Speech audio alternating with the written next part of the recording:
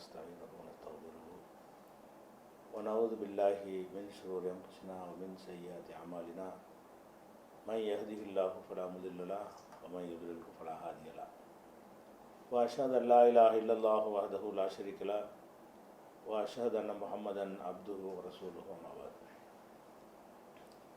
அன்பிற்குரிய சகோதர சகோதரிகளே, ஏற்கனவே நம்ம சொன்ன பதிலில் வாரிசு அல்லாதவர்களுக்கு சொத்துக்களை வழங்க வசியத்து செய்யும்போது எந்த வரையறையும் இல்லை என்பது போல் தங்களின் பதில் அமைந்திருந்தது.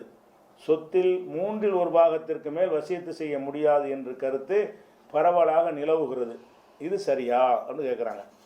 அதாவது இதில் இன்னமும் நிறைய பேருக்கு ஒரு குழப்பம் இருக்குது. என்னென்றால், வசியத்து என்பது என்ன, நம்ம வாழும்போதே ஒருத்தருக்கு அன்பளிப்பாக தர்மமாக கொடுப்பதுங்கிறது என்ன, இது ரெண்டுக்கும் வித்தியாசம் இருக்கும். அது அடிப்படை விளங்கி கொள்ளணும். அதாவது வசியத்து என்று சொன்னால், நான் உயிரோடு இருக்கிற வரைக்கும் அது என்னுடைய உரிமையாகத்தான் இருக்கும். நான் உசுரோடு இருக்கிற வரைக்கும் இந்த பொருள் என் கையில் தான் இருக்கும். நான் இறந்த பிறகு இதை அவருக்கு கொடுங்க அப்படின்ட்டு வசியத்தை. அப்போ எப்போ உரிமை மாறும் என்றால், நான் இறந்தால் தான் மாறும். வசியத்தில் நான் செஞ்சேன்னு சொன்னால், நான் இதை வேற ஆள் கொடுங்கன்னு சொன்னோன்னு அது போயிடாது. என் மரணத்திற்கு பிறகு இது செல்லுபடியாகும் நான் சொல்லிவிட்டால், மரணித்த நிமிடம் தான் அவர் கையில் எடுத்துக்கொள்ள முடியும். நான் மரணிக்கிற 50 வருஷம் சென்று மரணித்தாலும் அவர் வெயிட் பண்ணிட்டு தான் இருக்கணும். அப்போ வசியத்துடைய அர்த்தம் என்ன என்று கேட்டால், மரணத்திற்கு பிறகுதான் அடுத்தவருக்கு உரிமையாக ஆகும். உசுரோடு இருக்கிற வரைக்கும் இவர் கையில் தான் இருக்கும். இதுக்கு பேர் வசியத்து. எழுதி கொடுத்துருவது, சொத்தை நெஞ்சுறது எழுதி கொடுத்துருவது அப்படின்னு சொன்னால், அந்த நிமிடம் இவர் உசுரோடு இருப்பார், சொத்து இவரை விட்டு போயிடும். தர்மம் செய்கிறது, ஒரு ஆளுக்கு எழுதி வைக்கிறது, இந்த மாதிரி விஷயங்கள் 2 விஷயம் இருக்குது. நல்லா விளங்கிக்கிறணும். உசுரோடு இருக்கும்போது என்கிட்ட இருக்குது, இந்தாங்கன்னு ஒரு ஆள்கிட்ட கொடுத்துட்டேன், அப்போ என்னை விட்டு போயிடுச்சு. இந்த எனக்கு மரணத்துக்கு பிறகு எடுத்துக்கிறேங்கன்னு சொன்னால் அதுக்கு அர்த்தம் வேறு, இப்போவே எடுத்துக்கிறேங்கன்னு சொன்னால் அதுக்கு அர்த்தம் வேறு, சட்டமும் வேறு. இந்த 2 விஷயத்திற்குமே சட்டம் வேறையாக இருக்கிறது. அப்போ நம்ம எதுக்கு அந்த பாரிசு அல்லாதவர்கள்னா யார், அந்த தாத்தாவுடைய சொத்து பேரனுக்கு கிடைக்காதுன்னு ஒரு கேள்வி வந்துச்சுல, அப்போ ஒரு உயிரோடு இருக்கும்போது அவர் பார்த்து ஏதாவது எழுதி வைக்கணும்னு சொல்லி சொன்னோம்ல. அந்த எழுதி வைத்தல் என்பது வசியத்தாக எழுதுவதா உடனே கொடுத்து விடுவதா, 2 விஷயம் இருக்குது. வசியத்து என்று எழுதினால்தான் 1/3 மிகக்கூடாது. அதாவது நான் ஒரு 10 லட்ச ரூபா வச்சுருக்கிறேன், என் மரணத்திற்கு பிறகு இவருக்கு 5 லட்ச ரூபா கொடுங்க இப்படி சொல்லக்கூடாது. ஏன் 5 லட்ச ரூபாங்கிறது 10ல் பாதி ஆகுது, 50% கொடுக்க முடியாது. எவ்வளோ சொல்லலாம், நான் 10 லட்ச ரூபா வச்சுருக்கிறேன், இதில் ஒரு 3 லட்ச ரூபா கொடுங்க, அது கொடுத்துடலாம். 3.33 3.4 லட்ச ரூபா கொடுங்க, 3,30,000 கொடுங்க என்று சொன்னால் அது 1/3 அளவுக்கு வருகிறது. 1/3 அளவுக்கு வந்தால் அந்த மாதிரி தான் வசியத்து செய்ய முடியும். உசுரோட இருக்கும்போது கொடுத்தான்னு சொன்னால் அப்புறம் சம்பாதிப்பான், அப்புறம் சேர்த்து வச்சுட்டு போய் வாய்ப்பு இருக்குல்ல. மரணத்திற்கு பிறகுன்னு சொல்லும்போது அப்புறம் வாய்ப்பா மொத்தமே அவ்வளோதான். அந்த மாதிரி இருக்கும்போது அதை காலி பண்ணிட்டு போனால் வாரிசுக்கெல்லாம் இருக்காது. அன்பளிப்பாக கொடுத்தாண்டா என்ன அர்த்தம், ஒரு 25 வயசில் கூட என்ன செய்வான் ஒருத்தன் அன்பளிப்பாக ஓரளவு கொடுத்துருவான், ஒன்றுமே இல்லாமல் தொடச்சிடும், அப்புறம் சம்பாதிப்பான், அப்புறம் உழைச்சி அடுத்த பிள்ளைகளுக்கு கொடுப்பான். இப்படிலாம் இருக்கிற காரணத்தினால தர்மமாக நீங்கள் கொடுக்க நினைத்தீர்கள் என்று சொன்னால் அதுக்கு 3ல் 1ங்கிற கணக்கு இல்லை. தர்மமாக கொடுப்பது அர்த்தம் என்ன தெரியுமா, அந்த நிமிஷமே உரிமையாயிரும். வசியத்தாக கொடுக்குறதுக்கு என்ன அர்த்தம்னு கேட்டால், நம்ம இறந்த பிறகு தான் உரிமையாகும். இப்படி சட்டத்தில் வித்தியாசம் இருக்குது. இப்போ உதாரணமாக எடுத்துக்கிட்டிங்கன்னு சொன்னால், ஒரு ஹதீஸ் இருக்கிறது. ரசூல் ஸல்லல்லாஹு அலைஹி வஸல்லம் காலத்தில் அபூபக்கர் சித்திக் அவங்களும் இப்படி முழுசாக தர்மமாக முழுசாக செய்யலாமா என்று கேட்டால் அதுக்கு ஒரு ஆதாரம் இருக்குது. என்ன ஆதாரம் இருக்குன்னு கேட்டால், ரசூல்லா நீங்கள் தான தர்மம் செய்யுங்க, ஒரு பொது காரியத்தை தாங்கன்ட்டு ஒரு அறிவிப்பு செய்கிறாங்க. அப்போ ரசூல் ஸல்லல்லாஹு அலைஹி வஸல்லம் சொன்னோன்னா அபூபக்கர் என்ன உமர்னு நினைக்கிறாருன்னு கேட்டால், நம்ம இந்த நேரத்தில் அபூபக்கரை விட அதிகமாக கொண்டு போய் கொடுத்து எல்லாத்துலேயும் மிஞ்சிடுறாரு நம்மளை. உமர் அபூபக்கரும் போட்டி போடுறாங்க. எப்படி போட்டி, எந்த ஒரு தர்மத்தை பற்றி அறிக்கை செஞ்சாலும் இவர் நம்மளை மிஞ்சிடுறாரு, அதிகமாக அவர் தான் பேரை தட்டிட்டு போயிடுறாரு அப்படின்னு சொல்லி இவர் என்ன நினைக்கிறார், உமர் நினைக்கிறாரு, நம்ம இந்த முறை என்ன செய்வோம்னா நம்மள்ட்ட இருக்கிறதுல பாதியை கொண்டு கொடுப்போம். பாதியில் பெருசாக நம்ம எவ்வளோ இருக்குதோ ரசூல் ஸல்லல்லாஹு அலைஹி வஸல்லம் கேட்டிருக்கிறாங்க, இந்த நம்மள்ட்ட என்ன இருக்குதோ அதில் சரி பாதியை கொண்டு போய் என்ன செய்வோம், கொடுத்துருவோம். அவர் அவ்வளோ கொண்டு வர மாட்டார் அப்படி நினைத்து கொண்டு இவர் சரி பாதியை கொண்டு போயிட்டு வைக்கிறார். அப்போ ரசூல்லா கேட்குறாங்க, என்ன மா அபு கைத்தில் அகலிக்க, உன் குடும்பத்துக்கு என்ன வச்சுட்டு வந்திருக்கிற அப்படின்னோடனே, இதே போல் ஒரு பங்கு வச்சுட்டு வந்திருக்கிறேன், பாதினா தானே அர்த்தம், இங்கே தந்தது மாதிரி இன்னொரு பங்கு வீட்டில் இருக்குது அப்படிங்கிறார். சரின்னா அப்போ அபூபக்கர் வர்றார்.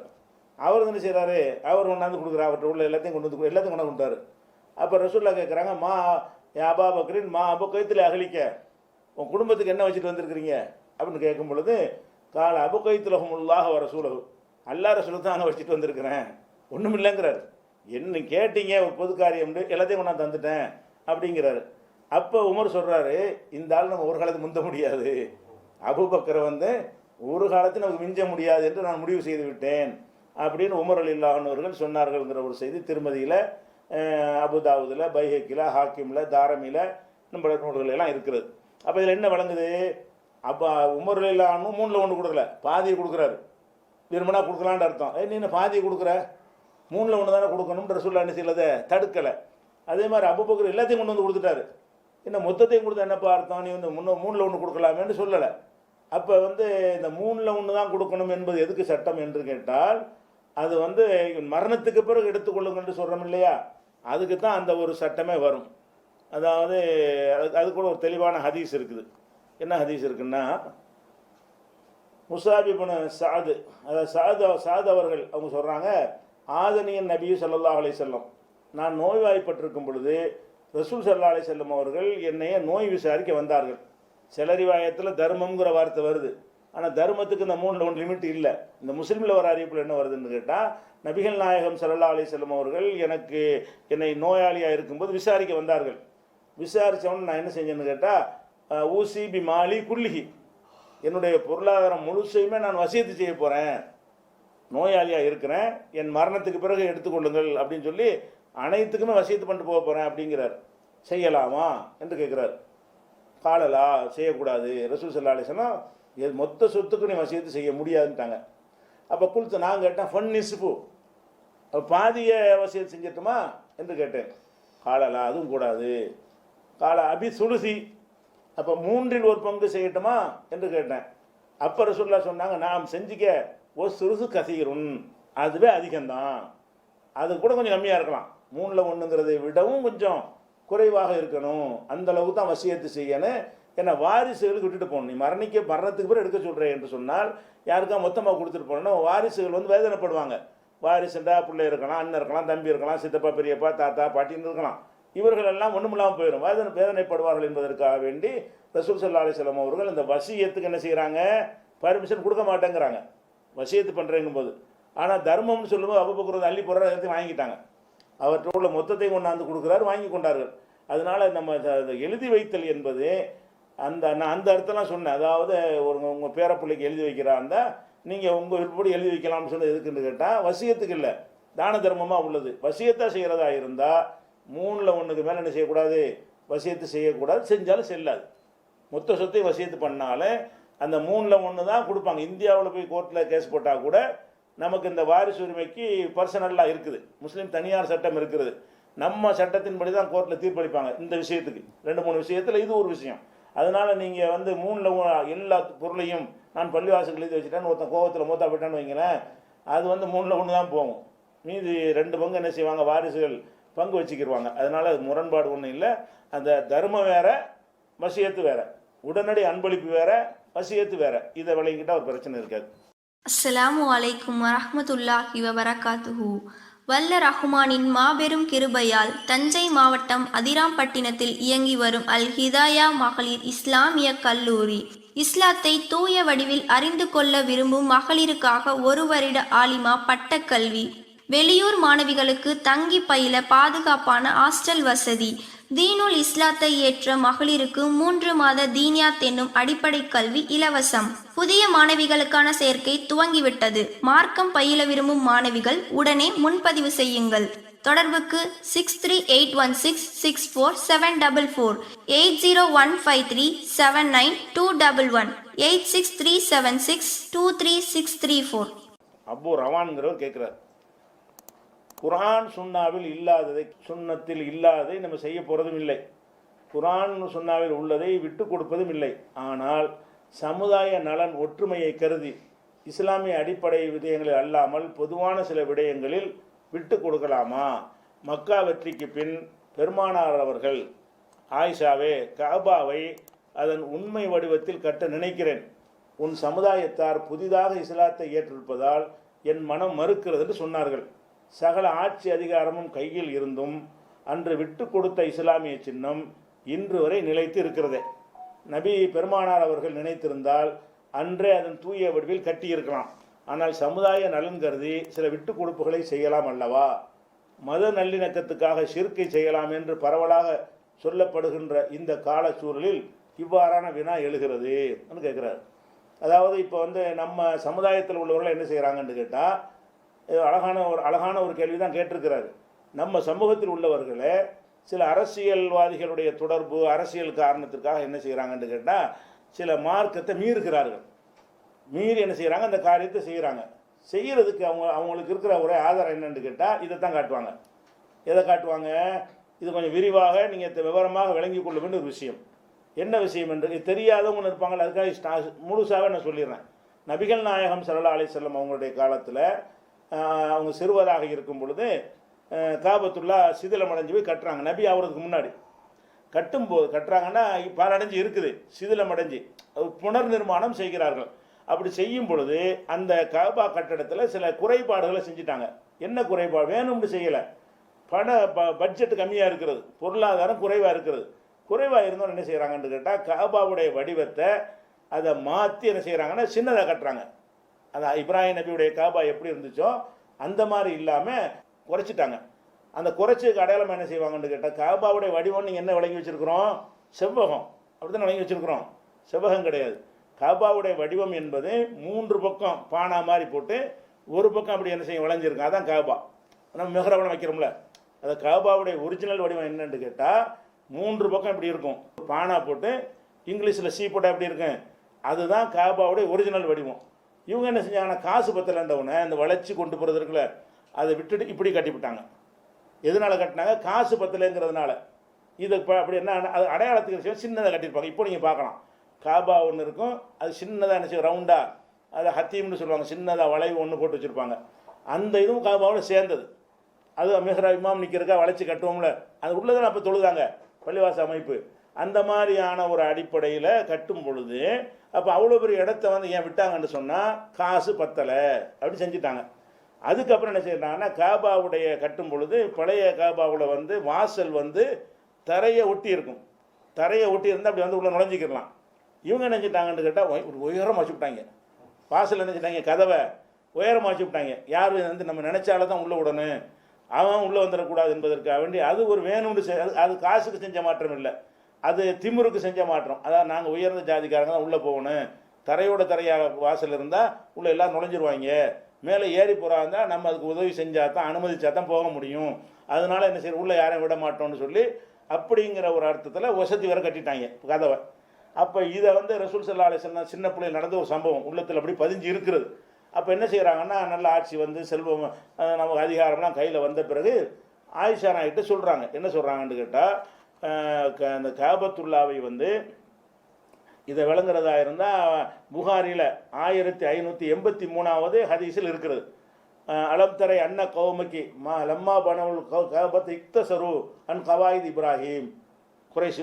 அந்த கூட்டத்தில் அரபி கூட்டத்தை சொல்கிறாங்க, உன்னுடைய கூட்டத்தார் இப்ராஹிம் அலைஹிஸ்ஸலாமுடைய அடித்தளத்தின் மீது காபாவை கட்டாமல் சுருக்கி விட்டார்கள் அப்படின்னு சொல்லி சொல்கிறாங்க. இது இல்லை காபா, இப்போ நான் பார்க்குறோமே அது காபா வடிவம் கிடையாது.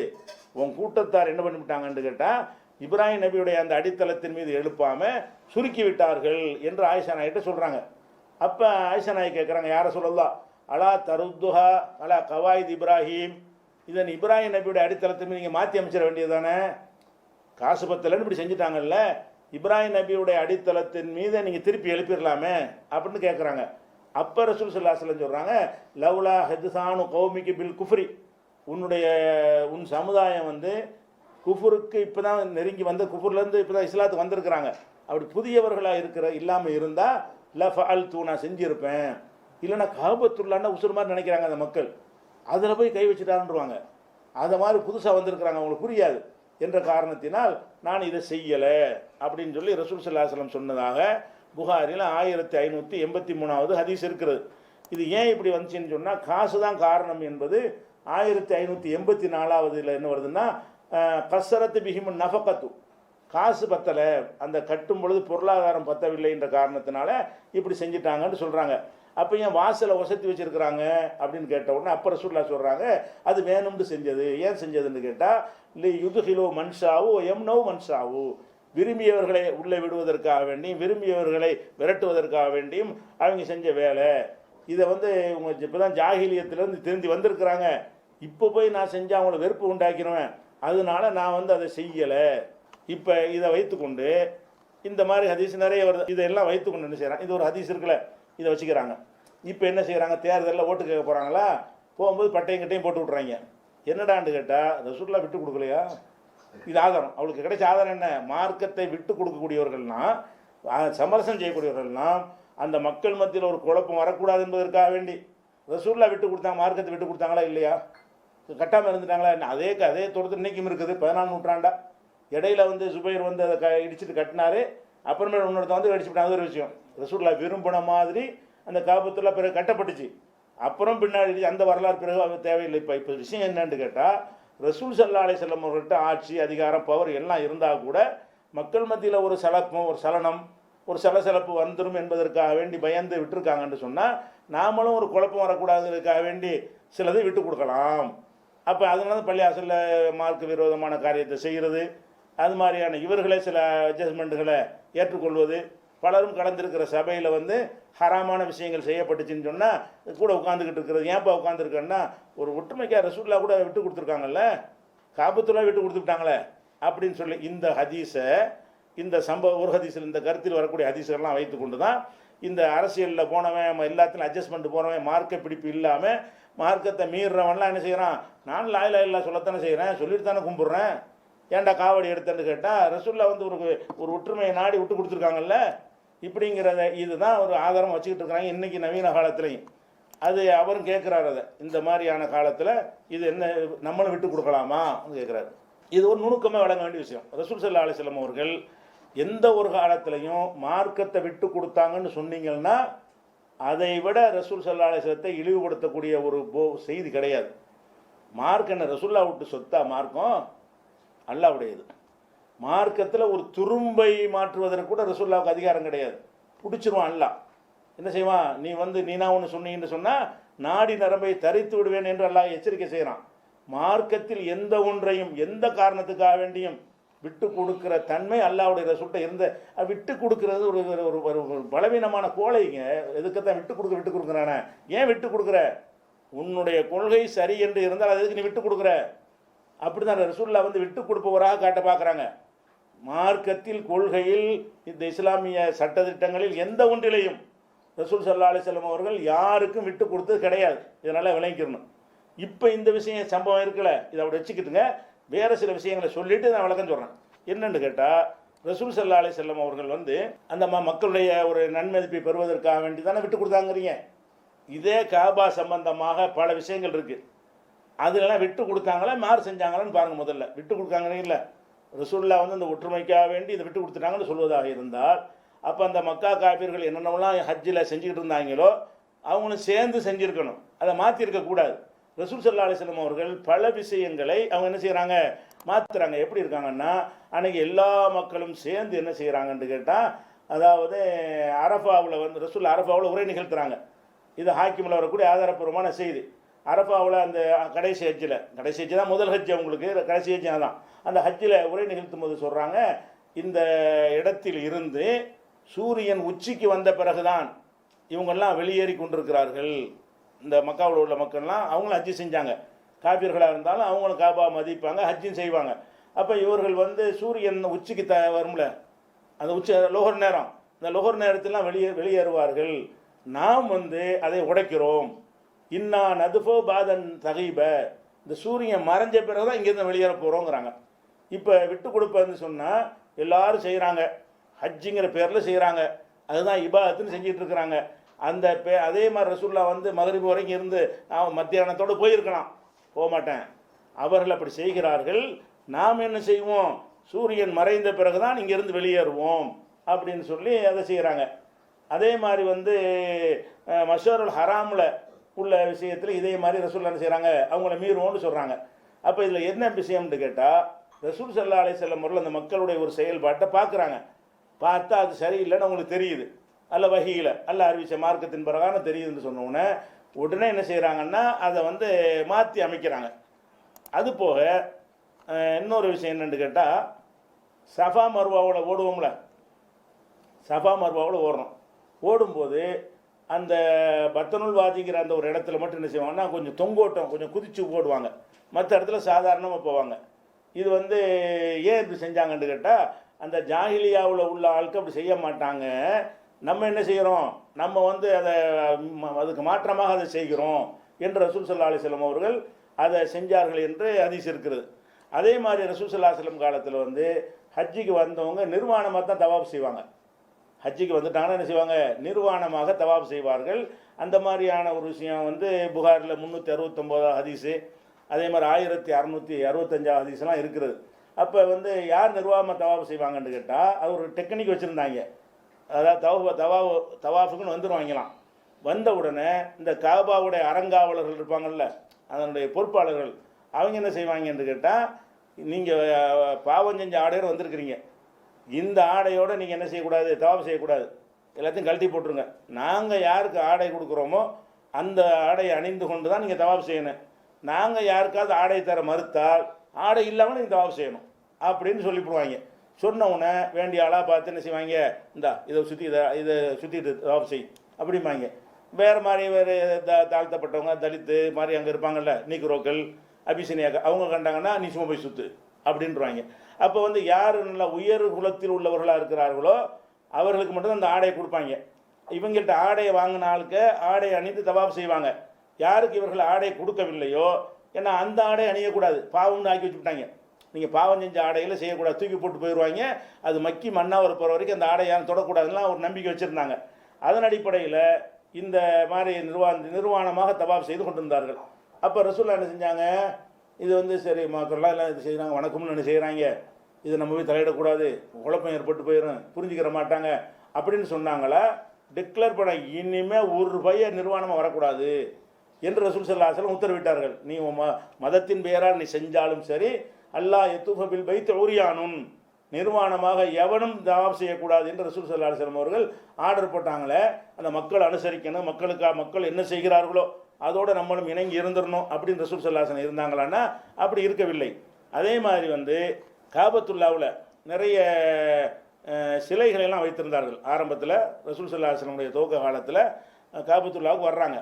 வந்தாங்கன்னு சொன்னால் அது உள்ள வந்து சித்தூணவ சலாசமியா, அதாவது 360 சிலைகள் இருக்கிறது.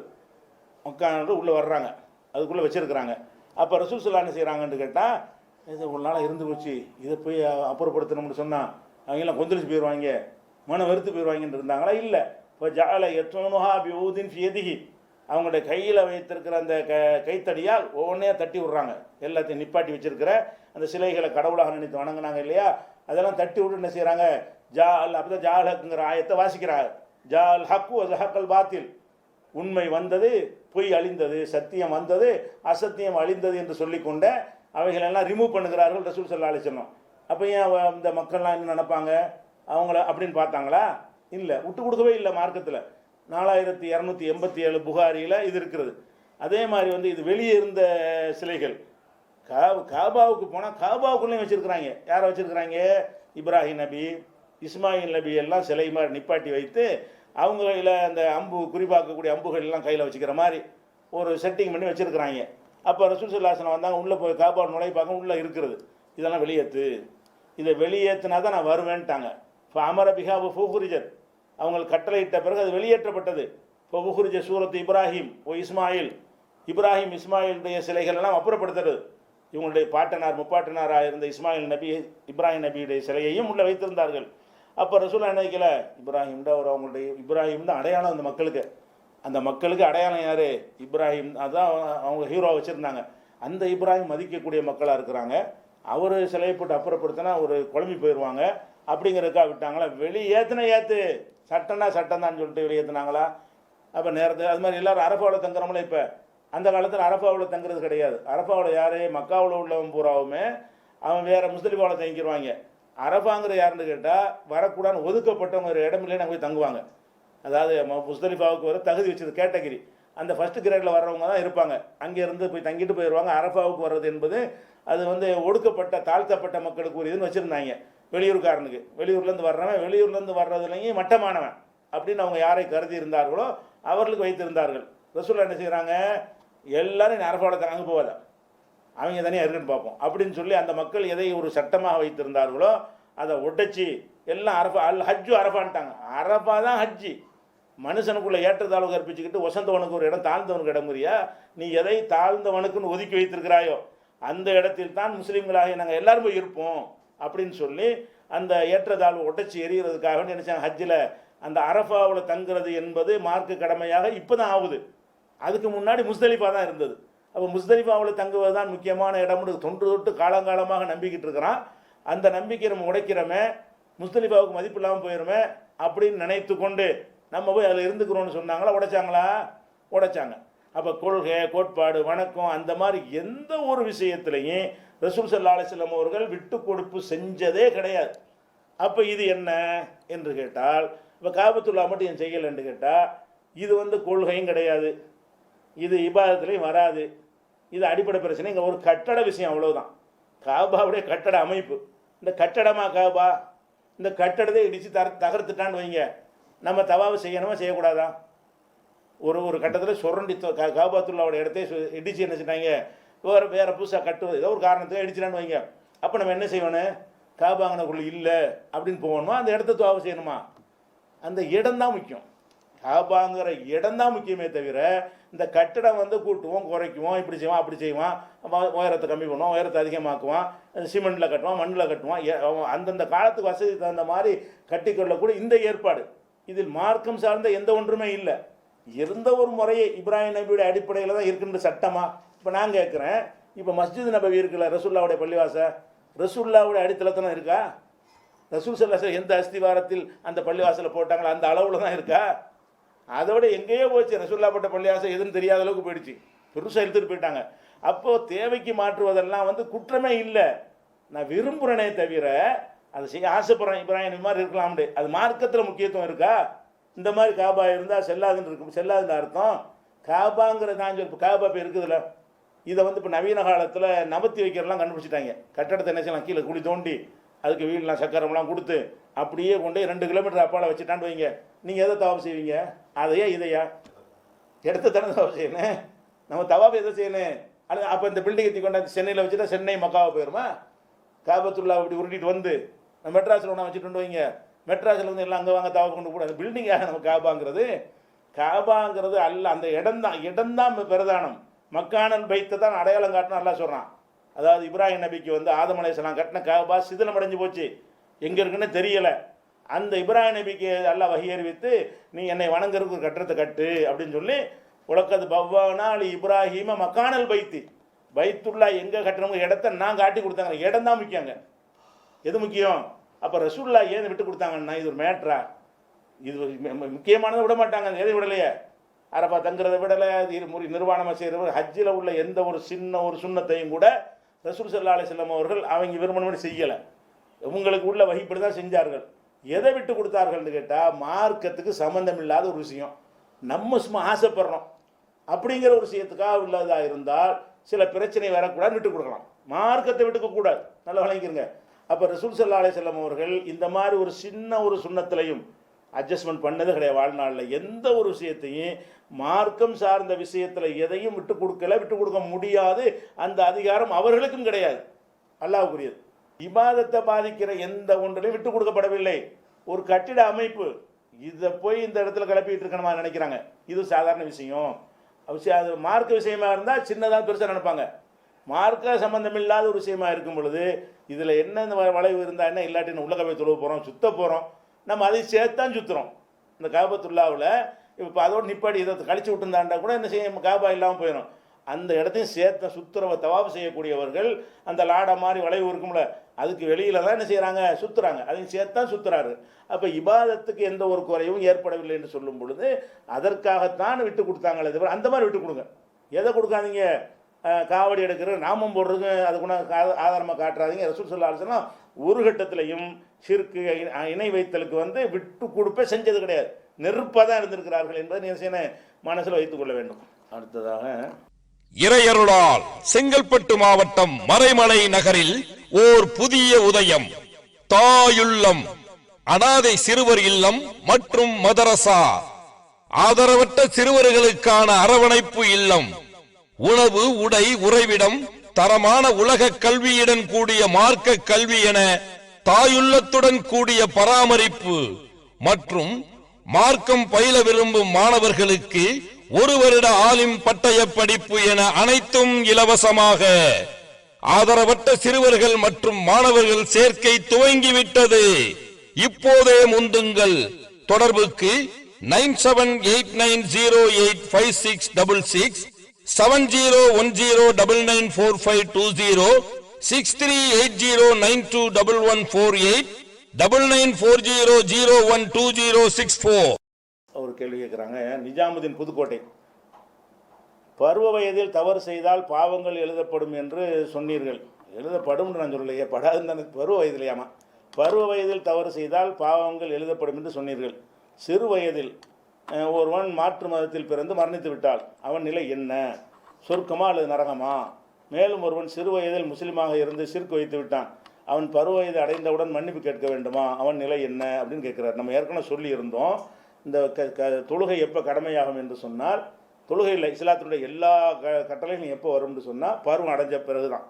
பருவம் அடைகிறதுக்கு முன்னாடி என்ன செஞ்சாலும் அவனை எல்லாம் என்ன செய்ய மாட்டான், கேள்வி கேட்க மாட்டான். அதான் சட்டம்னு சொல்லிட்டோம்.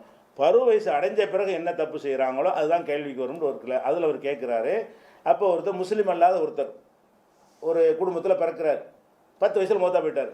இவர் பருவம் அடையலை, ஆனால் பிறந்தது முஸ்லீம் அல்லாதவருக்கு. இவருக்கு என்ன கிடைக்கும்? இவருக்கு என்ன நரகமா சொர்க்கமான்னு கேட்குறார். அது நல்ல கேள்வி தான். ஏன்னா நான் சொன்ன அந்த லாஜிக் பிரகாரம் அவருக்கு நரகம் கொடுக்க முடியாது. ஏன்னா பருவ வயசுக்கு முந்தி உள்ள ஆளை கேள்வி கேட்க முடியாதுல்ல. பருவ வயசுக்கு முன்னாடி அவர் என்ன செஞ்சுருந்தாலும் அவருக்கு கொஸ்டின் இல்லைன்னு சொல்லிட்டோம். அது எல்லாருக்கும் ஒரே மாதிரி தானே வருஷம் அல்லாவுடைய நீதிங்கிறது. என் பிள்ளையாக இருந்தால், ராமசாமி பிள்ளையாக இருந்தாலும் பருவ வயசு வரல. அவன் பருவ வயசு 10 வயசில் இறந்து போயிட்டான், அல்ல 1 வயசில் இறந்துட்டான், 2 வயசில் இறந்துட்டான். அந்த குழந்தை மறுமையில் எந்த கணக்கில் வைக்கப்படும் என்று கேட்டால், நான் ஏற்கனவே சொன்ன வாதத்தின் பிரகாரம் அவங்கள மன்னிக்கப்படத்தானே செய்யணும். மன்னிக்கலை, அது மன்னிக்கிறது வேலையே இல்லை. அவங்கள நல்ல நிலையில் வைக்க வேண்டும். அப்படி தானான்னு கேட்குறாரு. அந்த விஷயத்தை எடுத்துக்கிட்டிங்கன்னா அது அப்படி தான். காஃபிர்களுடைய பிள்ளைகளாக இருந்தாலும் அவர்களுக்கு என்ன இருக்கிறது? அவர்கள் நரகத்துக்கு போக மாட்டார்கள். முஸ்லீமுக்கு பிறந்தால் மட்டும் இல்லாமல் காஃபிருக்கு பிறந்தவர்களாக இருந்தாலும் பருவ வயசு அடையாத பிள்ளைய போய் தண்டிப்பான அல்ல. நம்மளே செய்வோமா? உலகத்தில் உள்ள நாட்டுக்காரன்லாம் மைனருக்கு ஒரு சட்டம், மேஜருக்கு ஒரு சட்டம் வச்சுருக்கிறான். படைச்ச ரப்புல் ஆலமீனுக்கு நம்ம தான் அறிவை கொடுத்துருக்குறோம். இதெல்லாம் விளங்குற கெப்பாசிட்டி ஒன்று அவனுக்கு வரல. அவனை எப்படி நம்ம செய்கிறதுனால நினைக்க மாட்டான்? அதுக்கு என்ன ஆதாரம்னு கேட்டால் நிறைய தெளிவான ஆதாரங்கள் நிறைய இருக்கிறது. புகாரியில் 1385வது ஹதீஸில் இருக்கிறது, குல்லு மௌலூதின் யூலுது அலல் ஃபித்ரா, எல்லா குழந்தைகளும் இஸ்லாத்தில் தான் பிறக்கின்றன. ஃபித்ரான்னா இஸ்லாம், இப்ராஹிமுடைய மார்க்கத்துக்கு பேர் அது. குல்லு மௌலூதின் யூலுது அலல் ஃபித்ரா, எல்லா குழந்தைகளும் இஸ்லாத்தில் தான் பிறக்கின்றன. அபவாஹு யு ஹபிதானிஹி அவ் யு நசிரானிஹி அவ் யு மஜ்ஜிசானிஹி, அவனுடைய பெற்றோர்கள் தான் அவனை யகூதியாகவோ நசரானியாகவோ நெருப்பு வணங்கியாகவோ வளர்த்து விடுகிறார்கள். பிறகுதான் மாற்றுகிறார்களே தவிர பிறக்கிற எல்லாருமே என்ன மாற்றம் பிறக்கிறாங்க? பருவ வயசு அடைகிற வரைக்கும் அவன் முஸ்லீம் தான். வழங்குதா? அவன் முஸ்லீமாக தான் இருக்கிறான். அப்படிங்கிறது அல்லாஹ்வுடைய ரசூல் தெள்ள தெளிவான இதை கொண்டு சொல்லிட்டாங்க. அது போக ஒரு யுத்தத்தில் போய் நினைஞ்சிட்டாங்கன்னா, அந்த யுத்தம் நடக்கும்போது கொள்றதானே, யுத்தம்டா தானே, நம்மளை அவன் கொள்ளுவோம், அவன் நம்ம கொள்ளுவோம். அது யுத்தத்துடைய தர்மத்தில் உள்ளதுன்னு வைங்க. அப்படி போகக்கூடிய நேரத்தில் குழந்தைகளை நம்ம ஆளுக்கு போய் நினைஞ்சிட்டாங்க, அதை கொண்டுவிட்டாங்க போரில். ரசூலுல்லாஹ்வுக்கு தெரிய வந்துச்சு, ஏன் இந்த மாதிரி குழந்தையை கொண்டிருக்கீங்களப்பா, என்னப்பா அது? மாஹமலுக்கு மலா கத்திலு துர்ரியா, இந்த குழந்தைக்குள்ள உங்களை தூண்டியது எது? யார்? நான் சொன்ன மார்க்கத்தில் உண்டா அப்படின்னு கேட்குறாங்க. அல்லாஹ்வுடைய தூதரை இன்னமாக்கான அவுலாதல் முஷ்ரிக்கின், அவங்க முஷ்ரிக்கு பிள்ளைங்க, இணை கற்பிக்கிறார்களுடைய பிள்ளைங்க. நம்ம பிள்ளைங்களா? அவங்க முஷ்ரிக்கானவர்கள், அல்லாஹ்வுக்கு இணை கற்பிக்கிற ஆட்களுடைய பிள்ளைகள் அப்படின்னு அவங்க இணை கற்பிப்பவர்கள் அப்படி நினைத்து கொண்டு நாங்கள் செஞ்சோம்.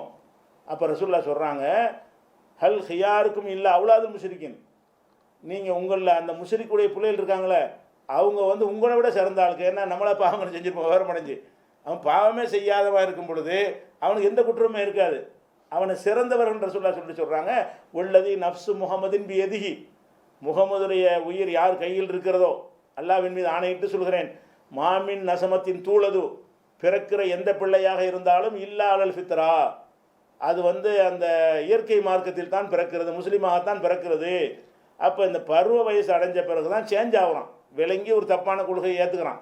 அதுக்கு முன்னாடி வரைக்கும் சின்ன குழந்தை சாமி கும்பிட்டா கூட அவன் எல்லாம் கேட்க மாட்டான். சின்ன குழந்தையாக இருக்கிறான், எல்லா காவடி எடுத்துருக்கிறான், அளவு ஊற்றி இருக்கிறான், அவனாக ஊற்றுறான், குத்த வைக்கிறாங்க. அவனாக குத்துறான். எல்லா விதமான சிற்கான அத்தனை காரியங்களையும் ஒரு முஸ்லீம் அல்லாத ஒருத்தருக்கு பிறந்தவன் செய்தானேயானால் அவனை எல்லாம் செய்கிறான்னா பருவம் அடைகிறவன் பேனா எடுத்துட்டானே, உருவியல் காலம் பேனா உயர்த்தப்பட்டு விட்டது. அந்த குற்றங்களை எழுத மாட்டோம்னு சொன்னால் அது கணக்கில் வராதுன்னு சொன்னால் அதுவும் தான் வராது, அது கேட்க மாட்டான்ல. இதெல்லாம் செஞ்ச பிள்ளைகள் தான் சொல்கிறாங்க. இந்த மாதிரி செஞ்ச ஆளுக்கு தான் அப்படி போயிடுறேன். எல்லா சிறுக்கு வச்ச பிள்ளைகளும் சிறுக்கு தானே செய்வாங்க. சிறுக்கு வைக்கிற குடும்பத்தில் உள்ள பிள்ளைகள் அந்த பெற்றோர்கள் செய்கிற எல்லா காரியத்தையும் செய்யத்தானே செய்வாங்க. செஞ்சாலும் அவர்களுக்கு கொஸ்டின் வருமா என்றால் வராது என்று இப்படி ஒரு விஷயத்தை நம்ம பார்க்குறோம். அதே மாதிரி ரசூலுல்லாஹ் மேராஜுக்கு போன ஹதீஸு ரொம்ப ஒரு பல பக்கங்கள் வரக்கூடிய பெரிய ஹதீஸாக இருக்குது. அப்போ ரசூல் ஸல்லல்லாஹு அலைஹி வஸல்லம் செய்கிறாங்கன்னு கேட்டால் ஒவ்வொரு காட்சியாக பார்க்குறாங்க. இப்ராஹிம் நபி பார்க்குறான், அது பார்க்குறேன், எல்லாத்தையும் பார்த்துட்டு வர்றாங்க. அதில் ஒரு என்ன பார்க்குறாங்கன்னு கேட்டால் ஆதம் அலைஹிஸ்ஸலாத்தை சுற்றி சில பேர் உட்காந்துக்கிட்டு இருக்கிறாங்க, சில குழந்தைகள் சிறுவர்கள்லாம் இருக்கிறாங்க. அதை பார்த்துட்டு வந்துடுறாரு. வந்தவுடனே ஒன்றுக்கா விளக்கம் சொல்கிறாங்க ஜிப்ரீல். அது என்ன, நம்ம அது ஒன்று பார்த்தோமே, அது என்ன சொல்லுங்கள், இது ஒன்று காட்டினீங்களே, இது என்ன சொல்லுங்கன்னு ரசூலுல்லாஹ் விளக்கம் கேட்குறாங்க. ஒன்றுக்கா அவர் ஜிப்ரீல் விளக்கம் சொல்லிட்டு வர்றாரு. எல்லாத்துக்கும் விளக்கம் நம்ம இப்போ இந்த தலைப்புக்கு தேவையில்லை. இந்த குழந்தைகளை பற்றி கேட்குறாங்க. என்ன செய்கிறாங்கன்னு கேட்டால் இந்த மாதிரி ஆதம் அலைஹிஸ்ஸலாத்தை சுற்றி பிள்ளைங்கள்லாம் இருந்தாங்கல்ல, அவங்களாம் யார் என்று கேட்டால் அம்மல் வில்தான் உள்ளதீன ஹவுலஹு, ரசூலுல்லாஹ்வை அந்த ஆதம் அலைஹிஸ்ஸலாத்தை சுற்றி இருந்த சிறுவர்கள் யாருன்னு கேட்டால் மௌலூதின் மாத்த அலல் ஃபித்ரா, இயற்கை மார்க்கத்தில் மரணித்த அந்த பிள்ளைகள், அதாவது பருவ வயசு அடையாமல் பிறந்த பிள்ளைகள் அப்படின்னு அவர் சொல்கிறாங்க. அப்போ சில முஸ்லீம்கள் ரசூலுல்லாஹ்ட்ட கேட்குறாங்க, அல்லாஹ்வுடைய தூதர், அது எல்லாத்தையும் அடங்கும். சிறுவர்கள்னு பொதுவாக முஸ்லீம்னு வரல, காஃபிர்னு வரல, ஆதமை சுற்றி சின்ன பிள்ளைங்களாக இருக்குது. பருவ வயசு அடையாத 5 வயசு 10 வயசு 12 வயசு 3 வயசு இந்த மாதிரி ஒரு கூட்டமாக சூழ உட்காந்துட்டு இருக்கிறாங்க. இவங்கெல்லாம் யார், ஆதம் அலைஹிஸ்ஸலாத்தை சுற்றி இருக்கிற ஆட்களை வைத்து கேட்குறாங்க. அது பருவ வயசுக்கு முன்னாடி இறந்தவர்கள், 10-15 வயசு பருவம்னா அதுக்கு முன்னாடி இறந்தவர்கள்னு சொல்கிறாங்க. அப்போ முஸ்லீம்கள் கேள்வி கேட்குறாங்க, யார சொல்லலாம் அவுலாதுல் முஸ்ரிக்கின், முஸ்ரிக்குடைய குழந்தை இருப்பாங்களா அவங்களுமா அப்படின்னு கேட்குறாங்க. ரசூலுல்லாஹ் சொன்னது பருவ வயசு அடையாத குழந்தைகள் தான் உட்காந்துருந்தாங்கன்னு.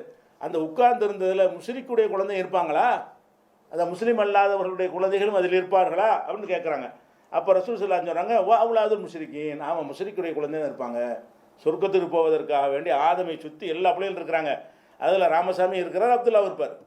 பருவ வயசுக்கு முன்னாடி மரணித்து விட்டார்கள் என்று சொன்னால் அவர்கள்லாம் சொர்க்கத்துக்கு, என்ன பாவம் செய்யலை, விளங்கி தப்பு செஞ்சால் தான் குற்றம் முடிக்க முடியும். நம்மளே இது கவனமாக வச்சுருக்கும்போது அல்லாஹ் இப்போ அவ்வளோ நுண்ணறிவாளன் அப்படி தவறான தீர்ப்பு அளிப்பானாவன், அந்த சான்ஸே அவனுக்கு கொடுக்கலையே. அப்போ இந்த மாதிரி இது விளக்கம் சொல்கிறாங்க. இது அந்த ஹதீஸில் ஒரு சின்ன ஒரு பகுதி.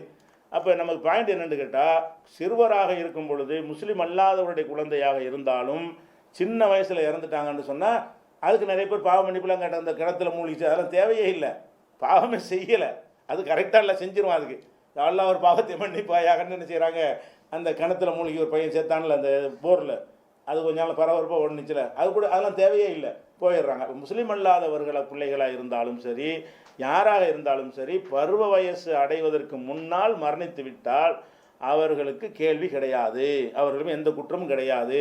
எவ்வளோ பெரிய தவறான காரியங்களை செஞ்சு இருந்தாலும் சரி, அது பருவ வயசுக்கு முந்தின ஒரு விஷயம். அதனால் விளைவிக்க வேண்டியது.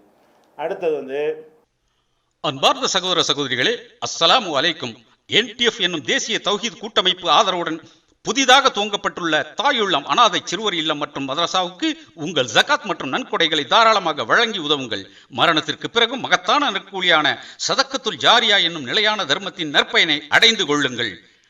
தௌஹீத் federation current account number 3772833567, central bank of India, Chennai main branch, IFSC code CBIN 0280876 என்ற வங்கி கணக்கில் நீங்கள் அனுப்பும் தொகை பற்றி 9789085666 அல்லது 7010994520 என்ற எண்ணுக்கு உடனுக்குடன் தெரிவித்து ரசீது பெற்றுக் கொள்ளுங்கள். அதாவது அப்துல்லா ஜுபைர் ரலியல்லாஹு அன்ஹுடைய மனைவி அஸ்மா அவர்களை ரசூல் ஸல்லல்லாஹு அலைஹி வஸல்லம் அவர்கள் தன்னுடைய வாகனத்தின் பின்னால் ஏறிக்கொள்ளுமாறு நபிகள் நாயகம் கூறியதாக ஒரு செய்தி இருக்கிறதே, அது ஆதாரபூர்வமானதா அப்படின்னு கேட்குறாரு. இவர் சொல்கிற மாதிரி ஒரு ஹதீஸ் இருக்கிறது. ஹதீஸுக்கு முன்னாடி என்ன தெரிஞ்சுக்கணும்னு கேட்டால், அதாவது ரசூல் ஸல்லல்லாஹு அலைஹி வஸல்லமுடைய மனைவி ஆயிஷா, அது நமக்கு தெரியும். ஆயிஷாவுடைய சகோதரி அஸ்மா. அந்த அஸ்மா அவர்களை வந்து ஜுபைருங்கிறவருக்கு திருமணம் பண்ணி கொடுக்குறாங்க. அஸ்மா அவங்கள வந்து ஜுபைர் ரலியல்லாஹு அன்ஹுவுக்கு திருமணம் பண்ணி கொடுக்குறாங்க. திருமணம் பண்ணி கொடுத்தவொடனே அவர் வந்து ரொம்ப ஒரு அந்த அஸ்மாவே சொல்கிறாங்க, அந்த சம்பவத்தை எல்லாம் எப்படி சொல்கிறாங்கன்னா, ஏன்னா என் ஜுபைர் திருமணம் செஞ்சார், அவருக்கு எந்த ஒரு காசு பணம் ஒன்றுமே இல்லை, ஒரு அடிமை கூட இல்லை, ஒரு குதிரை வச்சுருந்தார், தண்ணீர் இறைக்கிற ஒரு ஒட்டகம் வச்சுருந்தார், இதை தவிர ஒரு சொத்தம் அவருக்கு கிடையாது. நான் என்ன செய்வேன்னு கேட்டால், அவருடைய குதிரைக்கு தீனி போடுற வேலை, அதை வந்து பராமரிக்கிற வேலை, அந்த எல்லா வேலையும் நான் தான் என்ன செய்வேன், தண்ணி இறைக்கிற வேலை, அதில் வந்து ரொட்டி சுடுற வேலைன்னு அம்புட்டு வேலையும் நான் தான் செய்வேன். அவர் வந்து எந்த வேலையும் செய்ய மாட்டார், வேலை இல்லாமல் அவர் சமுதாய பணியில் ஈடுபடுறவராக இருந்திருப்பார், செய்யலை. அப்போ இந்த மாதிரி இருக்கும் பொழுது பேரிச்சம் கொட்டைகள், அதாவது ரசூல் ஸல்லல்லாஹு அலைஹி வஸல்லம் அவர்கள் வந்து ஜுபைருக்கு வந்து ஒரு மானியமாக ஒரு நிலத்தை கொடுத்துருந்தாங்க. அதாவது போர் செய்து அந்த அரசாங்கத்துக்கு சொந்தமான இடம் இருக்கும்ல, கஷ்டப்படுறவங்களுக்கு இந்த 2 ஏக்கர் நீ எடுத்துக்க, இந்த 2 ஏக்கர் நீ எடுத்துக்கன்னு சொல்லி, அது ஊருக்கு வெளியே இருக்கும், ஊருக்குள்ள இடம் இருக்காது, மக்கள் குடியிருக்க பத்தாது, ஊருக்கு வெளியில் உள்ள இடத்த என்ன செய்வாங்க, ரசூல் ஸல்லல்லாஹு அலைஹி வஸல்லம் பலருக்கும் கொடுத்துருந்தாங்க. அதில் இவருக்கு ஜுபைருக்கும் ஒரு இடத்த கொடுத்துருந்தாங்க மானியமாக, நீ வச்சுக்கன்னு சொல்லி. அந்த மானியமாக இருந்த அந்த இடத்துல போய் எங்கள் பேரிச்ச மரங்கள்லாம் நட்டு அதில் உள்ள அந்த பேரிச்சம் கொட்டைகள் இருக்குல்ல, அதுகளையெல்லாம் என்ன செய்வாங்கன்னா புறக்கிட்டு வந்து இடித்து அதை வந்து தீனியாக கொடுப்பாங்களாம். அந்த வேலையெல்லாம் அந்த இதுக்கு ஒட்டகத்துக்கு குதிரைக்கெல்லாம் தீனியாக கொடுப்பாங்களாம். இந்த மாதிரி வேலையெல்லாம் நான் செஞ்சுக்கிட்டு இருப்பேன். செஞ்சுக்கிட்டு இருக்கும்போது இது எவ்வளோ தூரத்தில் இருந்துச்சுன்னு சொன்னால், மதீனாவிலேருந்து 4 கிலோமீட்டர் தொலைவில் இருக்கக்கூடிய அவ்வளோ தூரம் போயிட்டு வர்றாங்க. இங்கேருந்து மதீனாவில் நடந்து போய் அங்கேருந்து பேரிச்சங்கொட்டைகளை தூக்கிட்டு தலையில் வச்சுக்கிட்டு வர்றாங்க, இங்கே வர்றாங்க. டெய்லி இதே வேலை, அவங்க கடுமையான உழைப்பாளியாக இருந்திருக்கிறாங்க. அப்போ அது மாதிரி ஒரு நாள் என் தலையில் அந்த பேரிச்சங்கொட்டைகளை தூக்கி கொண்டு வரும் பொழுது ரசூல் ஸல்லல்லாஹு அலைஹி வஸல்லம் வந்துடுறாங்க. அவர் ரசூல் தனியாக வாகனத்தில் வர்றாங்க. ரசூல்லா மட்டும் வரல. இப்போ லகீத்து ரசூலுல்லாஹி ஸல்லல்லாஹு அலைஹி வஸல்லம் மஅஹு நஃபரும் மின் அஸ்ஹாபி, ரசூல்லா வந்தாங்க, கூட்டத்தோடு வந்தாங்க. அவங்களுடைய தோழர்கள் புடை சூழ 50 பேர் கூட வருவாங்கல்ல, அந்த மாதிரி வர்றாங்க. வந்த உடனே இப்போ தஆனி, என்னை கூப்பிட்டாங்க. தலையில் தூக்கி வச்சதை பார்த்துட்டு கஷ்டப்பட்டு இப்படி நடந்து போயிட்டு இருக்குதுன்னு சொல்லி, குழந்தையான்னு சொல்லி கூப்பிட்றாங்க. கூப்பிட்டு என்ன செய்கிறாங்கன்னு கேட்டால், அந்த ஒட்டகத்தை வந்து படுக்க வைக்கிறதுக்கு என்ன செய்வாங்கன்னு கேட்டால், ஒட்டகத்தை நின்றா ஏற முடியாது, அதுக்காக என்ன செய்வாங்கன்னா இஹ்ன்னு சொல்லுவாங்க. அரபியில் சொன்னாங்க, அந்த வார்த்தையை சொன்னால் பேன்னு கூப்பிட்றோம்ல கோழியை, அது மாதிரி உள்ள வார்த்தை. அப்படி சொன்னோன்னா ஒட்டகம் படுத்துரும், ஒட்டகம் உட்காந்துரும். உட்கார்ந்த பிறகு ஏறி என்ன செய்வாங்க, பின்னாடி ஏறக்கூடியவங்க ஏறிக்கிடுவாங்க. அப்போ அவங்க என்ன செய்கிறாங்கன்னு கேட்டால், நான் இதை வந்து மாற்றுறாங்க, இல்லை நான் நடந்தே போய்க்கிறேன், நான் வரலன்னு சொல்லிட்டு கணவர்கிட்ட போய் இப்படி சொல்கிறாங்க. எப்படி இந்த மாதிரி வந்தேன், கஷ்டப்பட்டு வந்தேன், ஜுபைர்கிட்ட ரசூல்லா வந்து பின்னாடி ஏறிக்கிற சொன்னாங்க, நீங்கள் ரொம்ப ரோசக்காராளாக இருக்கிறீங்களா, அதனால் நான் மாட்டேன்ட்டேன் அவர் சொல்கிறாங்க. அப்படின்னு சொல்லி நான் வந்து அதை மறுத்துட்டு வந்துட்டேன் அப்படின்னு சொல்கிறார்.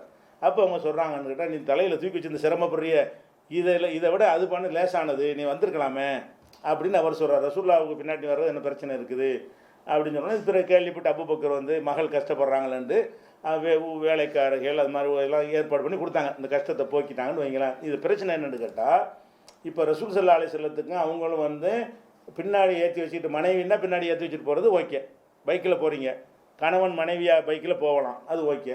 இது ஒரு இதில் வந்து போகலாமான்னு கேட்டால், ஒட்டகத்துக்கு பின்னாடி வச்சு போகிறது எப்படி சரியாக வரும் அப்படிங்கிற வகையில் தான் சரியான்னு கேட்குறாரு. எதனால் அந்த ஹதீஸ் சரியான்னு கேட்குறாருன்னு கேட்டால், இதில் வந்து ரசூல்லா வந்து தன் மனைவியை அழைச்சிக்கிட்டு போனால் பரவாயில்லை, அழைச்சிக்கிட்டு போகாட்டாலும் அதை ஓகே பண்ணிட்டாங்கல்ல, அவங்க மறுக்காட்டி அழைச்சி தானே வந்திருப்பாங்க. ரசூல் ஸல்லல்லாஹு அலைஹி வஸல்லம் அந்த ஒட்டையும் படுக்க வச்சுட்டாங்க, ஏறுன்னு சொல்கிறாங்க, மாட்டேன் நான் இருக்குன்னு பரவாயில்லை அப்படின்ட்டு அவங்க என்ன செய்கிறாங்க, அந்த அஸ்மா போயிடுறாங்க. இதில் என்ன கேள்வி வருதுன்னு கேட்டால், 2 கேள்வி வருது. ஒன்று வந்து ஒரு அந்நிய பெண் என்ன இருந்தாலும் அந்நிய பெண்ணோடு நம்ம வந்து இணைந்து ஒரு வாகனத்தில் வரலாமா, அது ஒரு கேள்வி. அந்த கேள்வி இதில் வராது. ஏன்னா ஒட்டகத்தை பற்றி தெரிஞ்சுக்கிட்டாங்கன்னு சொன்னால் கேட்க மாட்டாங்க. ஒட்டகத்தை பொறுத்த வரைக்கும் சும்மா ஏறி கோடமாக ஒட்டகத்தில் ஒரு பாக்ஸ் மாதிரி வச்சுருப்பாங்க, அது ஒட்டக தொட்டின்னு சொல்லுவாங்க. அதாவது பின்னாடி உட்கார்ற ஆளுக்கு வெயில்கள் படாமல் இருக்கிற கூடார மாதிரி இருக்கும், அதுக்கு இவங்களுக்கு டச்சே இருக்காது, தொடர்புலாம் இருக்காது. அந்த மாதிரி உட்கார வச்சுட்டு போகிறத தவிர குதிரையில் போகிற மாதிரி போக முடியாது. குதிரையில் போனாங்கன்னா கட்டி அணைச்சிக்கிட்டு போவாங்க, பைக்கில் போனால் அப்படி போவாங்க. காரில் போனால் போகலாம்ல, இல்லை காரில் போகலாம்ல. இப்போ காரில் வந்து ஒரு குழந்தையாக பின் சீட்டில் வச்சுட்டு முன் சீட்டில் வச்சு போனால் அதில் என்ன தப்பு இருக்குது? அந்த மாதிரி அந்த காரில் எப்படி டிஸ்டன்ஸ் இருக்குமோ அந்த மாதிரி உள்ளது தான் இது ஒட்டகம். ஒட்டகத்தில் வந்து இப்படி ரசூல்லா அப்படி சேர்ந்து பக்கத்தில் உட்காந்து அந்த திமிழை அப்படி இடம் தராது. முதல்ல சமமானதாக இருந்தால் 2 பேர் உட்கார முடியும். ஒரு ஆள் உட்காந்து ஒரு ஆளுக்கிட்ட தான் வரணும். ஒரு 2 பேர் ஒட்டகிட்டுலாம் போகிறதுக்குலாம் முடியாது. அப்படியான ஒன்றுன்ற விளங்கிட்டோம்னா இது 2 பேர் நெருக்கி போகிறதுங்கிற ஒரு அம்சம் அதில் இல்லை. ஒன்று, அதே நேரத்தில் வந்து அது கூட தனிமையில் வர்றது கூடாது. அது விட்டுறது ஒரு பிரச்சனை வருது. இன்னொன்று தனிமையில் வர்றது. ஒரு குழந்தையாண்டு வச்சுக்கிறோமே, நீங்கள் மட்டும் குழந்தையாக காரில் வச்சுட்டு போகலாமா? போக முடியாது. ஏன்னா இன்னொன்று நடந்துடலாம். அதனால் அப்போ என்ன செய்யலாம், இன்னொரு ஆள் கூட இருந்தாங்கன்னா அவ போகலாம். இப்போ ரசூல் ஸல்லல்லாஹு அலைஹி வஸல்லம் தன்னந்தனியாக இருக்கும்போது கூப்பிட்டாங்க.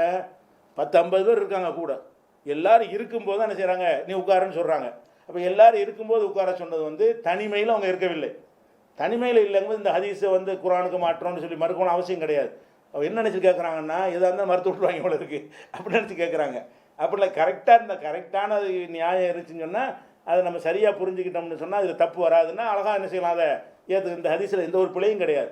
இப்போவும் நம்ம செய்யலாம். இதை ரசூல் ஸல்லல்லாஹு அலைஹி வஸல்லம் செஞ்ச மாதிரி இப்போவும் என்ன செய்யலாம், ஒருத்தன் வந்து தன் மனைவியுடைய சகோதரியை அழைத்து கொண்டு கூட ஆட்கள் இருக்கும்போது 2 பேரும் ஒட்டாத வகையில் அழைத்து கொண்டு செல்லலாமான்னா செல்லலாம். அவன் மட்டும் அழைத்து கொண்டு செல்லலாமான்னா கூடாது. அப்போ இது ரசூலுல்லாஹ் செஞ்சதும் சரிதான், நீங்கள் செஞ்சாலும் சரிதான். அதை வந்து நம்ம ஒன்றை ஏற்றுக்கொண்டோம்னு சொன்னால் அதன்படி நம்ம செய்ய முடியுமான்னு பார்க்கணும். செய்யலாமே, தப்பு இல்லையா? இது எந்த கிரவுண்டில் நீங்கள் வந்து 2 வகை தான் இருக்குது. 2 ஒட்டுறதுங்கிற தடை இருக்குது. 2வது வந்து தனித்து இருக்கக்கூடாதுன்னு தடை இருக்குது. தனியாக இருந்தீங்கன்னா ஒட்டாமல் இருந்தால் கூட அப்புறம் ஒட்டிக்கிடுவீங்க. அப்படி இருக்கக்கூடாது. ஒரு 4 பேர் 10 பேர் பார்த்துட்டு வந்தாங்கன்னு சொன்னால் அப்போ ஒரு பிரச்சனை இல்லை. அந்த மாதிரியான அர்த்தத்தினால இந்த ஹதீஸை வந்து மறுக்க தேவையில்லை. இதிலிருந்து நம்ம சட்டமே எடுத்து என்ன செய்யலாம், எடுத்துக்கொள்ளலாம். இது முஸ்லீமில் வரக்கூடிய ஒரு ஆதாரப்பூர்வமான ஹதீஸு. இதிலிருந்து நம்ம சட்டம் எடுக்கிறதுக்கே முடியும். அடுத்து திருக்குர்ஆன் தமிழாக்கம் மூளை பி ஜைனுல் ஆபிதீன். புனித குர்ஆன் அருளப்பட்ட வரலாறு, அது தொகுக்கப்பட்ட வரலாறு, அது இறைவனால் தான் அருளப்பட்டது என்பதற்கான அடுக்கடுக்கான சான்றுகள், அனைவரும் புரிந்து கொள்ளும் வகையிலான எளிய தமிழ்நடை, உயர்தரமான காகிதம் மற்றும் பைண்டிங், 1856 பக்கங்களை கொண்ட 16வது பதிப்பு, விலை ரூபாய் 450 மட்டுமே. மற்றும் 100க்கும் மேற்பட்ட தலைப்புகளில் சகோதரர் பிஜே அவர்கள் எழுதிய இஸ்லாமிய அறிவை மேலோங்க செய்யும் புத்தகங்கள் என அனைத்தும் கிடைக்கும் இடம் மூன் பப்ளிகேஷன், 83/3 மூர்த்தெரு, முதல் மாடி, மண்ணடி, சென்னை 1. தொடர்புக்கு 9442763341. கூத்தாநல்லூர்லேருந்து ஷமீம் கேட்டிருக்கிறார். என்ன கேட்டிருக்காருன்னா, உணவை கையால் மட்டுமே உண்ண வேண்டும், அதுவே சுன்னத் என்று நம் கொள்கை சகோதரர் கூறுகிறார். அதை நம்ம ஸ்பூன்லாம் சாப்பிட்றோம்ல, அது கூடாதுன்னு சொல்லி சில சமயங்களில் சில சந்தர்ப்பங்களில் கையால் சாப்பிட முடியாத நிலை ஏற்படுகிறது. அப்படி உண்பது தவறு என்றும் சுன்னத்தை மீறியதாக என்றும் கேட்கிறார். இது குறித்து விளக்கவும் அப்படின்னு கேட்குறாங்க. அதாவது ரசூல் ஸல்லல்லாஹு அலைஹி வஸல்லம் அவர்கள் வந்து ஹதீஸ்களில் வருகிறது, அவங்க விரல்களை கொண்டு தான் சாப்பிடுவார்கள்னு வருது. விரல்களை கொண்டு சாப்பிடுவார்னா என்ன அர்த்தம்னா, அந்த கருவிலாம் யூஸ் பண்ணலன்னு விளங்குது. கருவி யூஸ் பண்ண கிடையாதுங்க, அது ஒரு விஷயம். இன்னும் சொல்லப்போனால் சில ஹதீஸ்களில் வருகிறது 3 விரல்களை கொண்டு தான் சாப்பிடுவாங்க. அது பேரச்சம் அப்படி தான் போதும்ல. நம்ம சோத்தையெல்லாம் 3 விரல் எப்படி சாப்பிடுவீங்க, 3 விரலில் சாப்பிடுவாங்கன்னா அவங்க சாப்பிட்ட உணவை வந்து 3 விரல் எடுக்கிறது. ஒரு கவளம் என்பது 3 சின்னதாக எடுக்கிறது. அந்த மாதிரி எடுத்தாங்க என்றும் என்ன செய்கிறது, ஹதீஸில் வருகிறது. அதாவது முஸ்லீமில் இந்த ஹதீஸ் இருக்கிறது. குழுபி சலாசி அசாபியா, 3 விரலை கொண்டு ரசூல்லா சாப்பிட்றதை நான் பார்த்துருக்குறேன். காபி மாலிக்கு சொல்கிறாரு. சாப்பிட்றத பார்க்குறேன்னா எப்போ தான் பார்த்துருப்பாரு. அது மனைவிமாறு சொன்னால் தான் எப்பவும் சாப்பிட்டாங்கன்னு எடுத்துக்கிற முடியும். வெளியாளுக்கு சொன்னாங்கன்னு சொன்னால் வெளியே போகும்போது தான் அவர் பார்த்துருப்பாரு. அப்போ ரசூல் ஸல்லல்லாஹு அலைஹி வஸல்லம் வந்து 3 விரலில் சாப்பிட்டதை நான் பார்த்தேங்கிறாரு. ஏதோ ஒரு தடவை 2 தடவை சாப்பிட்ருப்பாங்க. அது மாதிரி உணவு அப்படி இருந்திருக்கும். 3 விரலில் சாப்பிட்டாங்கன்னா 3 விரலில் சாப்பிடக்கூடிய உணவாக இருந்திருக்கும். இந்த மாதிரி விஷயங்களை வந்து நம்ம எப்படி புரிஞ்சிக்கிறதுக்கு இஸ்லாத்தில் அடிப்படை இருக்குது. ரசூல்லா 3 விரலில் சாப்பிட்டாங்க. 3 விரலில் சாப்பிட்டால் அதுக்கு எல்லாத்தையுமே 3 விரலில் சாப்பிட்டாங்கன்னு வச்சுக்கிறோம்.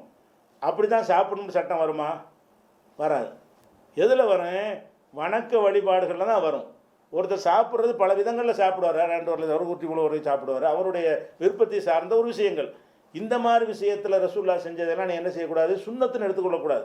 ரசூல் ஸல்லல்லாஹு அலைஹி வஸல்லம் அவங்களோட எப்போ சுன்னத்துன்னு எடுப்போம்னு கேட்டால் ஆர்டர் போட்டு தான் சுன்னத்துக்கணும். கட்டளை போட்டாங்களா, இன்னும் 3 விரலால் தான் நீங்கள் சாப்பிட வேண்டும் அப்படி சொல்லிட்டா சுன்னத்து ஆகிவிடும். அப்படி இல்லாமல் ரசூல்லா செஞ்ச எல்லாத்தையுமே நம்ம எடுக்கணுங்கிறது அப்படி மார்க்கம் சொல்லவே இல்லை. வஹி அல்லாஹ்னு பிரிக்கணும். ரசூல்லாவுடைய எல்லா செயல்களையுமே இப்போ ரசூல் ஸல்லல்லாஹு அலைஹி வஸல்லம் ஹஜ்ஜிக்கு ஒட்டகத்தில் போனாங்க.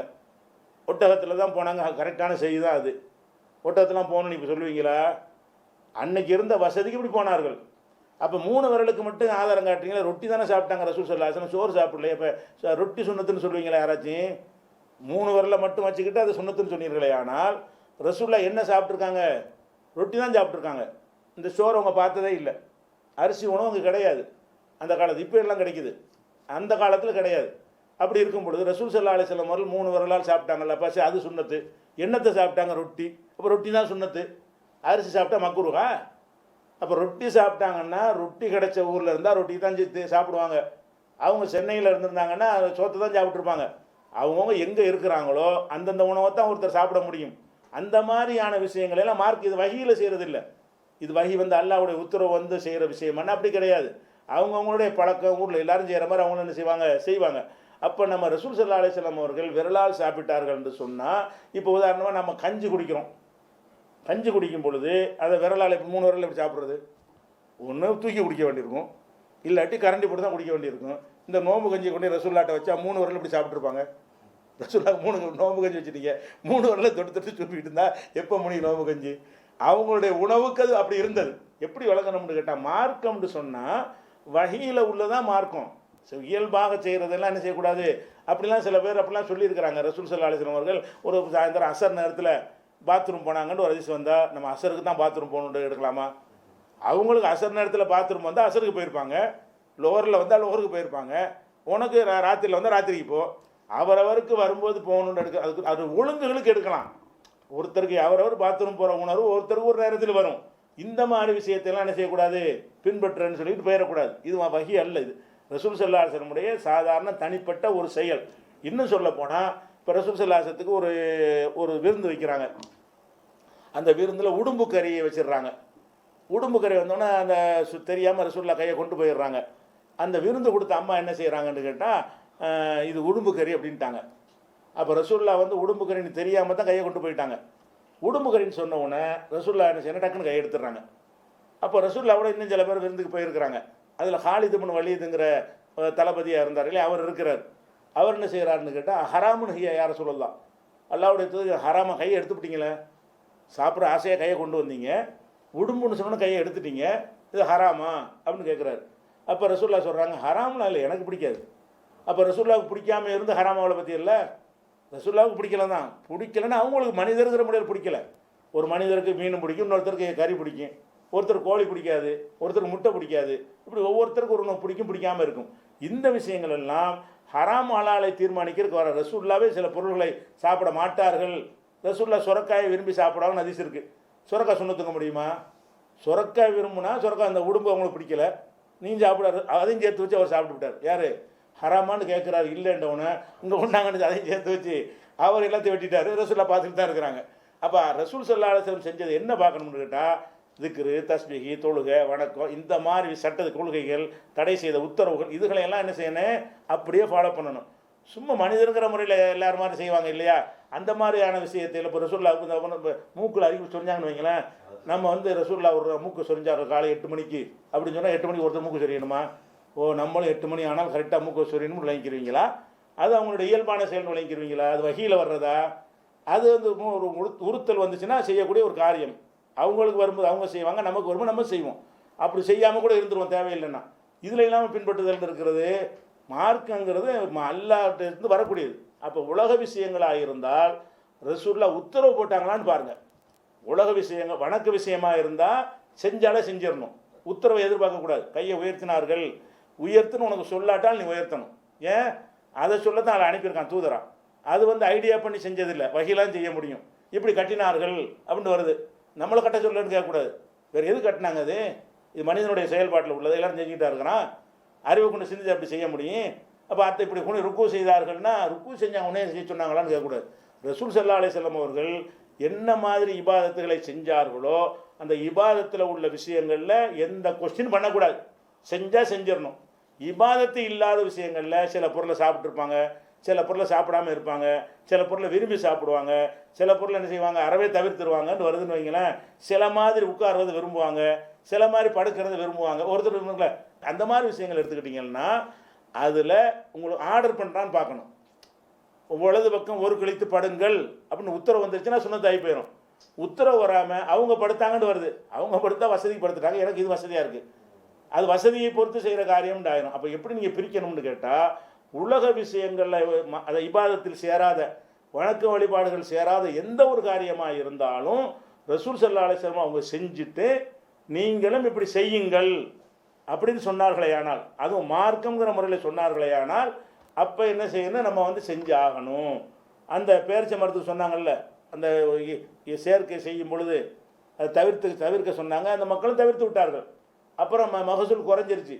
ஏன் குறைஞ்சின்னு கேட்கும்போது நீங்கள் தானே சொன்னீங்கன்ட்டாங்க. அப்போ ரசூல் என்ன பதில் சொன்னாங்க, நான் ஒரு மனுஷங்கிற முறையில் சொல்கிறேன், இந்த மாதிரி விஷயத்தெல்லாம் நீ என்ன செய்ய வேண்டியதில்லை, வஹீயில் சொன்னது இல்லை. ரசூல்லா சொன்னால் கூட அது வஹீயில் சொன்னார்களா ஒரு அனுபவத்தில் சொன்னார்களா அப்படின்லாம் பிரித்து பார்க்க வேண்டிய விஷயம் இருக்கிறது. அதனால ரசூல்லா வந்து விரலால் சாப்பிட்டார்கள் என்பது தான் ஆதாரம் இருக்குது, மாற்று கருத்து இல்லை.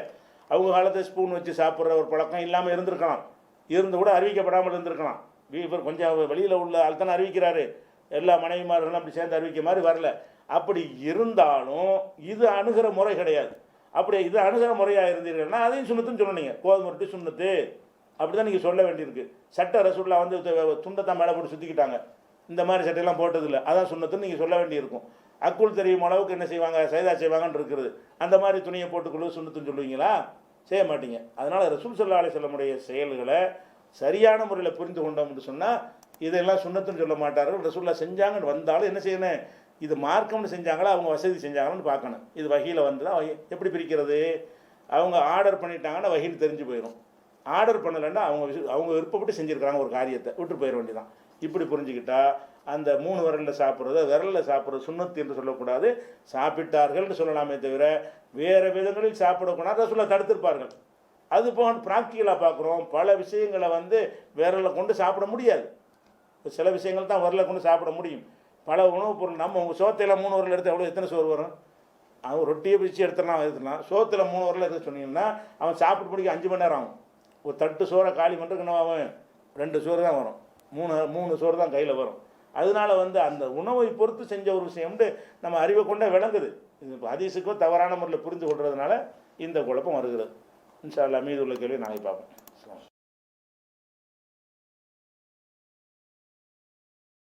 அஸ்ஸலாமு அலைக்கும் வரஹ்மத்துல்லாஹி வபரகாத்துஹு. அன்பிற்குரிய சகோதர சகோதரிகளே, இஸ்லாம் மார்க்கத்தை தங்கள் வாழ்க்கை நெறியாக ஏற்றுக்கொள்ளக்கூடிய ஆண்களுக்கும் பெண்களுக்கும் தனித்தனியான தாவா சென்டர்களை தேசிய தௌஹீத் கூட்டமைப்பு நடத்துகிறது. ஆண்களுக்கு மறைமலை நகரிலே இந்த சென்டர் உருவாக்கப்பட்டு 40 நாட்கள் பயிற்சி அளிக்கப்படுகிறது. உணவு, தங்குமிடம், புத்தகங்கள், சுன்னத்து, அபிடவிட்டு, பெயர் மாற்றம் அனைத்தும் அவர்களுக்கு இலவசமாக செய்து தரப்படுகிறது. இஸ்லாமிய அடிப்படை கொள்கை, இஸ்லாம் குறித்த சிறப்பு, அவர்களுக்கு இஸ்லாம் குறித்த இருந்த சந்தேகங்கள் தீர்ப்பு என்று பலவிதமான பாடத்திட்டங்களை கொண்டு அந்த சென்டர் நடத்தப்பட இருக்கிறது. அதுபோல் பெண்களுக்கு அதிராம்பட்டினத்தில் 3 மாதம் தங்கி பயிற்சி எடுக்கக்கூடிய வகையில் தாவா சென்டர் உருவாக்கப்பட்டிருக்கிறது. இந்த 3 மாதமும் உணவு, அவங்களுக்கு தேவையான புத்தகங்கள், பெயர் மாற்றம், அபிடவிட்டு மற்ற எல்லாமே இலவசமாகவே செய்து தரப்படுகிறது. அவர்கள் எந்த ஊரிலிருந்து இஸ்லாத்தை ஏற்று வருகிறார்களோ அந்த ஊரிலிருந்து நம்ம ஊருக்கு வருவதற்குரிய போக்குவரத்து செலவுகள், திரும்பி செல்வதற்கான போக்குவரத்து செலவு எல்லாமே நம்ம NTF சார்பாக நம்ம செய்து தருகிறோம். இந்த வகைக்கு நீங்கள் உதவி செய்ய விரும்பினால் கீழ்கண்ட வங்கி கணக்குக்கு உங்களுடைய உதவிகளை அனுப்பி வைக்குமாறு கேட்டுக்கொள்கிறோம். அஸ்ஸலாமு அலைக்கும். இறைவன் நாடினால் நாளைய சகர நேர சங்கமம் நிகழ்ச்சியில் ஆண்களுக்கு தங்கமூக்கு பொருத்த அனுமதி இருக்கும் போது தங்க நகை அணிய மட்டும் தடை ஏன்? கடல் நத்தை, நிலத்தில் வாழும் நண்டு, நன்னீர் வளர்ப்பு இறால் ஹலாலா? பட்டப்பெயரை சூட்டி அழைக்கலாமா? நவீன கால பிரச்சனை குறித்து குர்ஆனில் தெளிவு பெற முடியாத நிலையில் அறிஞர்களின் ஆய்வை பின்பற்றலாமா? இது போன்ற பல கேள்விகளுக்கான பதிலை காணத் தவறாதீர்கள். அல்லாஹ்